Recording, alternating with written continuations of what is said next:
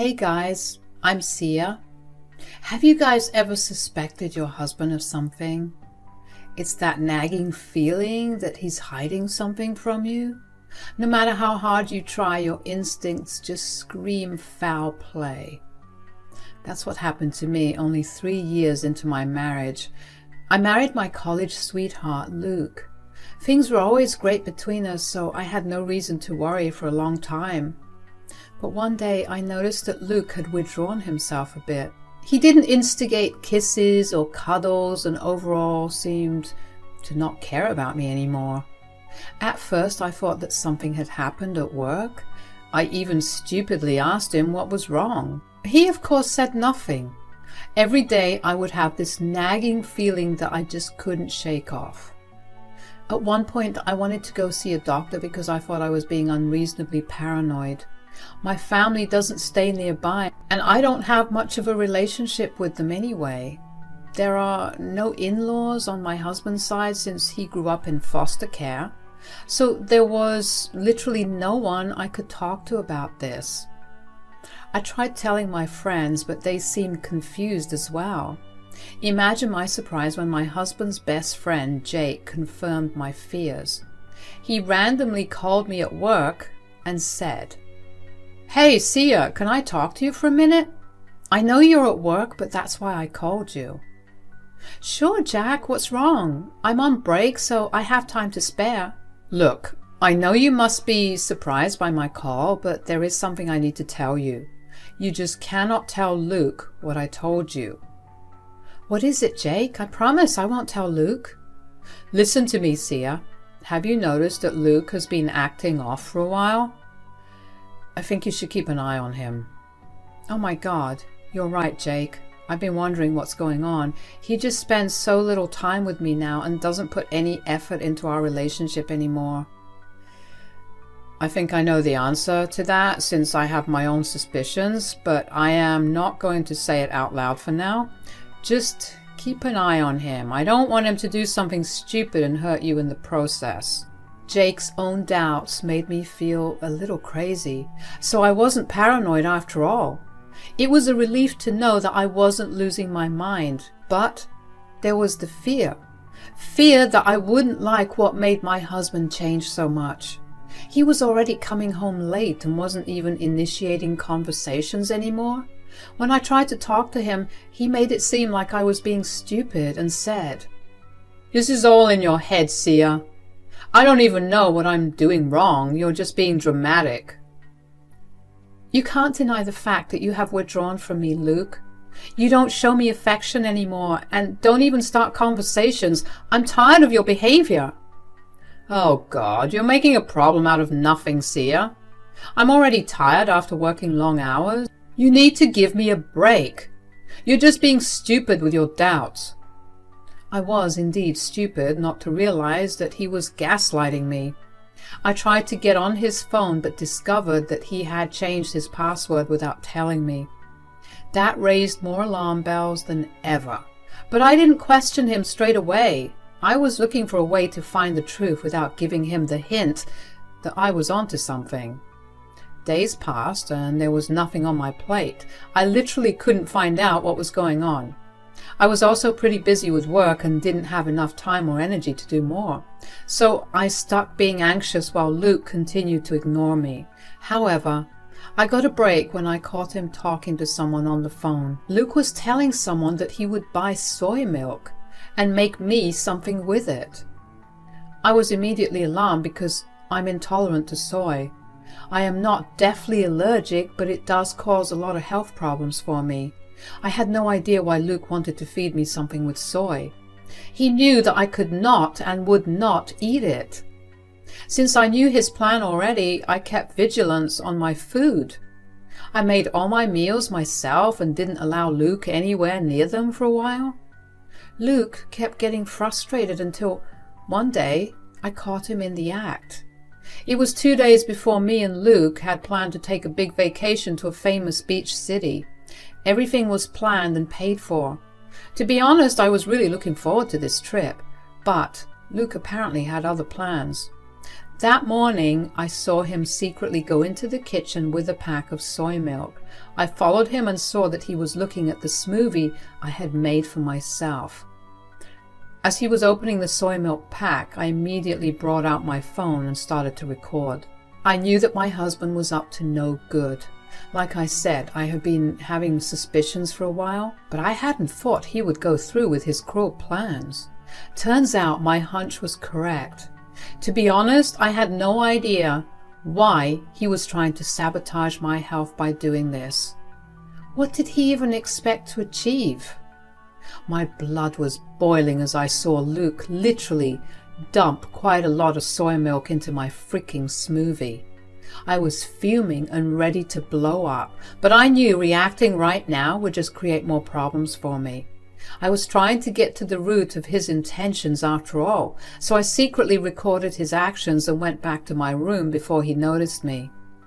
When I came back down after a few minutes, no one would suspect that I knew anything. I won't gloat, but my poker face is strong. I casually hugged my husband and started a quick chit-chat with him. He was acting off and appeared to be nervous, but I didn't comment on it. Suddenly, he said, "Honey, your smoothie's in the kitchen. I saw it when I went to grab some protein bars from the fridge. You better drink it soon." I don't know, Luke. I don't feel like drinking it. Maybe I'll throw it out." "What? But why? It seems like a perfectly good smoothie. Why would you do that?" Luke's face easily betrayed his nervousness. When I talked about not drinking my smoothie, he immediately panicked. Anyone could see right through his bullshit. He thinks he's a good liar, but God, he's terrible at it. But, like the good wife that I am, I decided not to question my dear husband's behavior. Instead, I said, "I know it's a good smoothie, Luke. I made it myself after all. You know it's my favorite." "Yes, exactly. You made it yourself, so I don't want your efforts to go to waste. You better drink it before it goes bad. It's pretty humid out here today." "Wow, you don't want my efforts to go to waste, do you? Fine then, since my dear husband is being so caring, I will go and finish it." I walked away with a happy expression on my face while Luke still looked a little nervous. I came back with my smoothie and drank the whole thing right in front of him. As soon as my drink had been downed, Luke sighed with relief. That freaking idiot had no idea how dumb he was being, and I happily played along. The rest of the evening went by really well, and Luke was back to his normal self. Actually, he was being extra cheerful and happy, acting all cuddly and cute, talking about our travel plans. I smiled at him while inside I was fuming. He really had thought that his plan had worked. He had the freaking gall to act like everything was fine. It was disgusting. What he didn't know was that I had made 2 servings of my smoothie. One was for me, which was left on the counter. The other was in the fridge. That was meant for him. Yes, I had made my husband a smoothie too, since I share everything with him. But after today's incident, that was going to change. When I went to the kitchen to grab the smoothie, I grabbed his share from the fridge and dumped mine into the sink. Luke had no idea that I hadn't drunk the smoothie he had tampered with. I wasn't going to do that to myself. Luke, of course, thought that his plan had worked, and I acted like it did. I actually took several trips to the bathroom and pretended to throw up a couple of times for good measure. The next morning, I pretended to be very sick. Luke took one look at me and said, "Oh God, you're in a horrible condition, Sia. You threw up all night and now you look too sick to move. What happened, honey?" "I don't know, Luke. I don't feel very well. It might be food poisoning or something. Must be the takeout I had for lunch. I should have known better than to trust that badly rated place near my office." "Yes, you should have known better. You are so sick, honey. How will you make it to our vacation today? Our flight is tomorrow." I was amazed how instead of being concerned about me, he was more interested in talking about the trip. The trip was at the top of his list of concerns while his wife was sick due to his own actions. The situation was getting more and more baffling by the second. I was immediately annoyed but didn't show it. I decided to protest a little and said, "I will try to get better. The trip hopefully won't be a problem. I only need to rest for a while and see what happens. I will take some meds as well. Well, you don't have to be so hard on yourself. Take all the time you need, honey. You just rest and see what happens. To be honest, you don't look like you will get better anytime soon. I really hope I do, Luke. I've been waiting for this trip for so long. We can't just cancel it. We will lose a lot of money since everything is non-refundable. Oh, we won't have to cancel it. We will worry about it later. I'm sure we'll come up with something. It's not wise for you to go on the trip, especially in this condition. You just focus on getting better. Leave all the worries about the trip to me. Now, that got me really interested. He was openly hinting that he already had a plan in mind. He had already thought of a way to make something of the trip, even if I couldn't join him. That had alarm bells going off in my head immediately. I was starting to think that maybe all this was to make me miss the trip, but I still had no idea why he wanted me out of the trip. Even if he goes alone, which he shouldn't, we would be losing money for cancelling my portion. I was a little confused but had my doubts. I was so in love with Luke that I still hoped it wasn't as bad as I was doubting. As the day progressed, a lot of things flew through my mind. First of all, I can't digest soy at all. My entire system would be disrupted every time I had soy by mistake. It would take me a good 2 days to overcome the stomach problems, and I usually feel like shit even after that. So if I had magically pretended to be okay and joined Luke on the trip, he would be suspicious. Plus, I wanted to know what the hell Luke was thinking when he tried to get me off the trip. So I pretended to be sick for the rest of that day too, until Luke came and said, "Honey, you still don't look very good. You have already taken several trips to the bathroom. I don't think you're in any shape to travel." Oh God, I do feel awful, Luke. I don't know what happened to me. I really wanted to go on this trip. Sia, your health is more important than a damn trip. You need to stay back and get yourself back to good health immediately. You can't make it to this trip. I guess you're right, Luke. But cancelling it would be such a waste of money. God, why did we book a non-refundable trip? I fake lamented while Luke comforted me. It almost felt like he cared, but I knew him better than that now. I knew he had something planned and he was going to reveal it soon. As he calmed me down with a soothing voice, he said, "You know what, Sia? I agree that cancelling the trip will be a waste of money. I think we should come up with a better plan." I don't know what to do, Luke. I'm too tired to come up with something. Do you have a plan in mind? Actually, I do. So I was thinking maybe I can do this trip with a friend. I can take Jack with me. We won't have to cancel the trip and lose money that way. Jack would be happy to join me. You and I can redo this trip for our next anniversary. I almost showed the shock on my face when Luke said that. I knew for a fact that Jack wouldn't go with him on this trip. His freaking mother was in the hospital and I knew about it. I guess Luke thought that I wouldn't be able to reach him since he's not answering his phone due to him being with his mom. But he didn't know that Jack was the one who alerted me about Luke in the first place.